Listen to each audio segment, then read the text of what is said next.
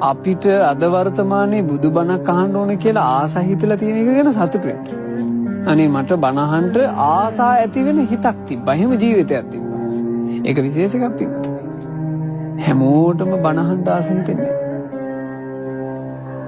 අනිත් එක එක ඒවට ආස හිතන මිනිස්සු තලේ බණ අහන්න ආස හිතන මිනිස්සු ඉන්නේ බොහොම අඩුයි. ආහන බණපදයක් මතක තියාගන්න හැමෝටම ආස හිතෙන්නේ. ඔයාලට බණපද මතක තියාගන්න ඕනේ කියලා ආසාවක් තියෙනවා නම් සතුටු වෙන්න. අහපු බණපදය විමසන්න හැමෝටම හිතෙන්නේ. ඔයාලට බණපද විමසන්න හිතෙනවා නම් ඔයාලා සතුටු වෙන්න. මේ බණපද පුදුම සුන්දරයි මහා සැනසෙල්ල මම මේ බණපද දන් දෙන්න ඕන කියලා යමෙකුට ලේසියෙන් හිතෙන්නේ. ඔබ ධර්ම දානය කරන එක ගැන සතුටු වෙන්න. ධර්මදේශකයන් වහන්සේ නමක් දකිනකොට හිත ප්‍රීතියෙන් පිනා යන්නේ හැමෝටම. ඔබට පැහැදිලිව බණපදයක් කියලා දෙන උතුම් දේශකයන් වහන්සේලා දකිද්දී හිතට මහ සහනයක් එනවනම් ඔබ සතුටු වෙන්න. ඔබ ඉන්න ගොඩ හොඳයි. අපි එමනේ ජීවිතේ එක එක ගොඩවල් වල තියෙන්නේ නේ. අපි ඉන්න ගොඩ හොඳයි කියලා අපි සතුටු වෙනවා. අපි එහෙම තමයි මේ ජීවිතේ ගොඩනගා ගන්න තියෙන්නේ.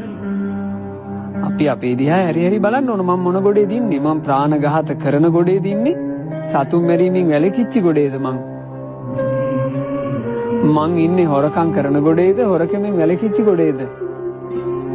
මං ඉන්නේ සල්ලාලය ගොඩේද? සල්ලාලිය ගොඩේද? එහෙම නැත්නම් වැරදි කාම සේවනයෙන් වැළකුණු ගොඩේද?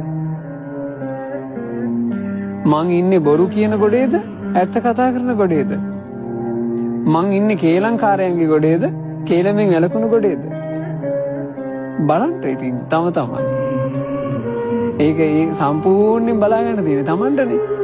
මං ඉන්නේ ආසාවෙන් දන් දෙන ගොඩේද? මසුරු ගොඩේද? බලන්න. තම බලා ගන්න ඕනේ ඉතින්. මේක ඉතින් ඇත්තෙන්ම මේ වචන හිත රිද්ද ගන්න හෝ පාර ගන්න නෙමෙයි. ඉතින් මේක කොච්චර සහනයක්ද? Taman තෝරාගත යුතු ගොඩ ගැන අපි යම් සිහිනදවීමක් කරන එකනේ. ඉතින් ඔබ වැරදි ගොඩක ඉන්නවා නම් ඔබට පුළුවන් නේ අනිත් ගොඩට මාරු වෙන්න.